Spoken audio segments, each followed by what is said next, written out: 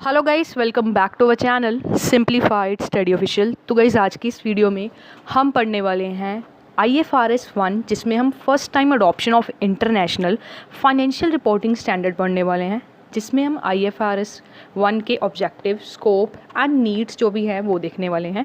तो अगर चैनल पर न्यू हो प्लीज़ चैनल को सब्सक्राइब कर लो एंड इस वीडियो को लाइक एंड शेयर करना बिल्कुल मत भूलना। तो स्टार्ट करते हैं। सबसे पहला ऑब्जेक्टिव। तो गाइस IFRS 1 का ऑब्जेक्टिव बेसिकली क्या है, ये यूज़र्स को ट्रांसपेरेंसी एंड कंपेरेबिलिटी जो है वो प्रोवाइड करती है। जैसे हम दो डाटा, मान लो हमारे पास 1 साल का और 2 साल का मान लो हमारे पास डाटा है, ठीक है, उसको हम कंपेयर कर सकते हैं, ठीक है, ईजिली हम कंपेयर कर सकते हैं कि क्या हमारी जो फर्म है या कंपनी है ये ग्रो कर रही है या नहीं कर रही है। नेक्स्ट है, ये एक सूटेबल स्टार्टिंग पॉइंट है अकाउंटिंग के अंदर, IFRS के अंदर, ठीक है। नेक्स्ट है स्कोप। अब स्कोप इसमें क्या है, अब ये जो IFRS 1 है ये कब अप्लाई होता है। IFRS तब अप्लाई होता है जब हम क्या कर रहे हैं, IFRS 1 तभी अप्लाई होता है जब हम फर्स्ट टाइम IFRS को अडॉप्ट कर रहे हैं, ठीक है। ये मतलब एक स्टार्टिंग पॉइंट की तरह है एंड ये एक एंटिटी को बताता है कि किस तरीके से IFRS को अडॉप्ट करना है अपनी financial statement according to IFRS, किस तरीके से हमें प्रिपेयर करनी है, इंटरिम फाइनेंशियल स्टेटमेंट किस तरीके से बनानी है, ठीक है। ये सारी चीज़ें हमें बताता है IFRS 1। नेक्स्ट है इस international financial reporting standard IFRS, इसकी एक्सप्लेनेशन देख लेते हैं। तो IFRS हमें set of accounting standards provide करता है, ठीक है। एंड जो IFRS है ये हमें अकाउंटिंग स्टैंडर्ड्स प्रोवाइड करता है जो एक independent not for profit organisation ने डेवलप किए हैं, जिसे हम कहते हैं IASB यानी कि international accounting standard board. IFRS common rules को सेट करता है ताकि फाइनेंशियल स्टेटमेंट्स हम प्रिपेयर कर पाएँ with consistent, transparent and comparable तरीके से।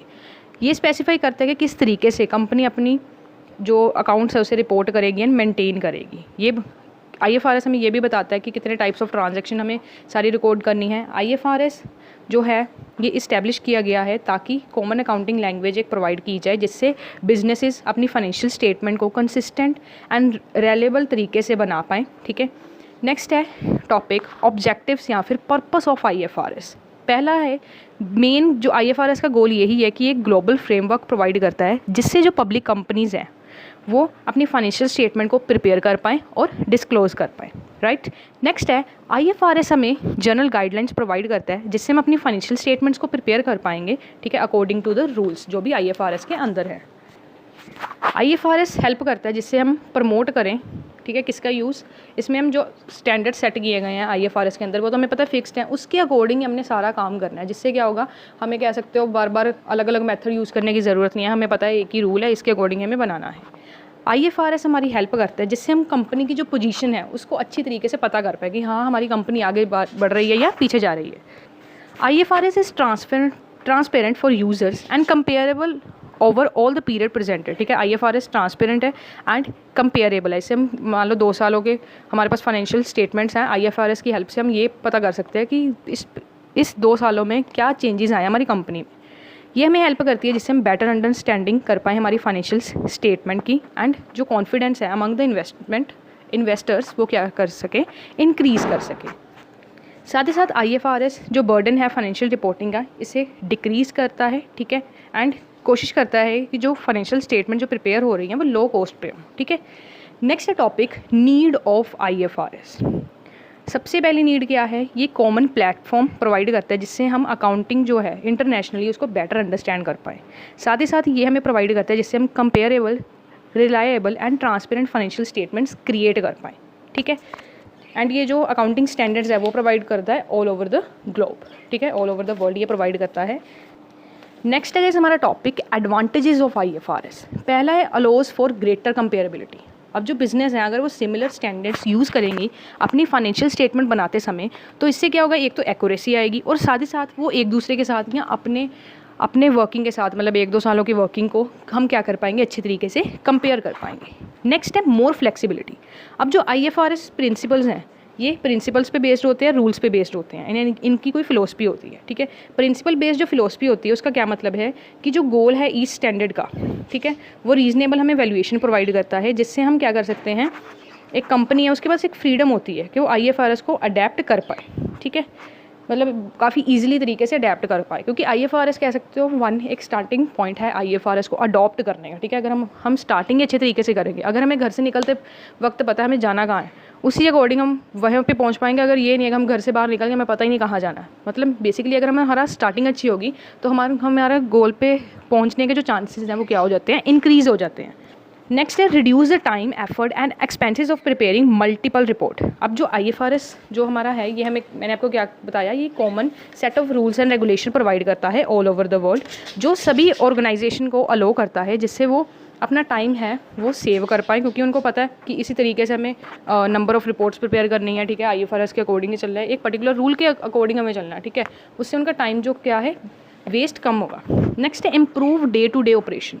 बिजनेसेस जो हैं वो फास्टर एक्सेस कर पाएंगे अपनी फाइनेंशियल परफॉर्मेंस को, ठीक है, एनालाइज कर पाएंगे और अच्छे decision, better decision, day to day decision जो हैं वो ले पाएंगे। नेक्स्ट है improved financial reporting and tax planning. IFRS allow करता है कि कंपनीज क्या कर पाए, कंसिस्टेंट एंड स्टैंडर्डाइज जो है अकाउंट्स फाइनेंशियल रिपोर्ट्स प्रिपेयर कर पाएँ, जो क्या होगा उसके साथ वो अपनी एनालिसिस जो है फाइनेंशियल स्टेटमेंट का वो अच्छे तरीके से कर पाएंगे, एंड टैक्स प्लानिंग जो है प्रोसेस भी बहुत अच्छे तरीके से चलेगा। नेक्स्ट है डिसएडवांटेजेस ऑफ IFRS। हर चीज़ के अपने एडवांटेजेस और डिसएडवांटेजेस होते हैं। तो पहला डिसएडवांटेज है इसका, इट रिक्वायर हाई कॉस्ट। अब चाहे स्मॉल हो चाहे लार्ज बिजनेस हो, ठीक है, अब जो IFRS को अडॉप्ट करने के लिए आपको क्या है, कॉस्ट तो भाई लगेगी, ठीक है। IFRS को अडॉप्ट कर रहे हो उसके लिए आपको प्रोफेशनल्स रखने पड़ेंगे, ठीक है। आपके पास सारी नॉलेजेबल पर्सनस होने चाहिए, ठीक है। काफ़ी सारा आपकी जो कॉस्ट है वो हाई हो जाएगी। नेक्स्ट है it is prone to manipulation. अब जो बिज़नेस है इसमें बहुत सारे मेथड्स आ जाते हैं IFRS के अंदर, ठीक है। इक्विटी मेथड हो गया, बहुत सारे मेथड्स हो गए। तो कोई मान लो एक बिजनेस इक्विटी मेथड यूज़ कर रहा है, दूसरा यूज़ कर रहा है, ठीक है। अलग अलग मेथड यूज़ कर रहे हैं, उससे क्या होगा, मैनिपुलेशन होगी रिजल्ट्स में। नेक्स्ट है रिजिड।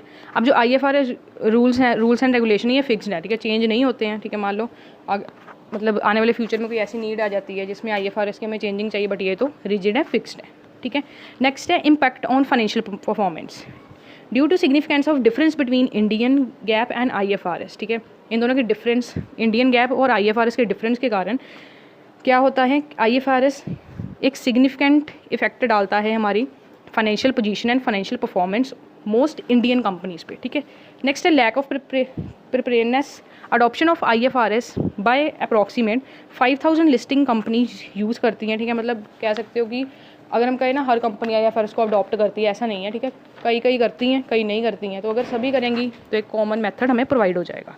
नेक्स्ट है हमारा topic entities first IFRS financial statement. अब जो फर्स्ट एनुअल फाइनेंशियल स्टेटमेंट्स होती हैं वो स्टेटमेंट्स होती हैं जिसमें हम IFRS को अडॉप्ट करते हैं, जिसमें हम क्या करते हैं, एक्सप्लिसिट्स को इंक्लूड करते हैं, एंड अनरिजर्व जो स्टेटमेंट्स हैं जो IFRS के अंदर कंप्लाई कर रही हैं उसको भी हम क्या करते हैं, इंक्लूड करते हैं। नेक्स्ट है इम्प्लीमेंटेशन मेथोलॉजी।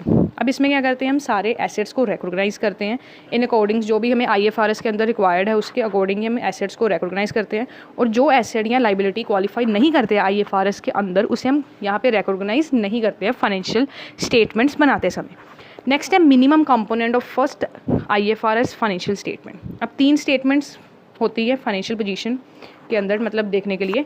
पहले आपका 2 स्टेटमेंट ऑफ कॉम्प्रिहेंसिव इनकम, ठीक है। नेक्स्ट है 2 statement of cash flow statements इसमें बनती है।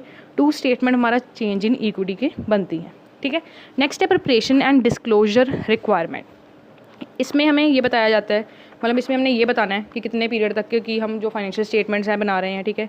इसमें इंटरिम रिपोर्टिंग करेंगे, कंपैरेटिव फाइनेंशियल स्टेटमेंट्स इसमें प्रिपेयर की जाएंगी।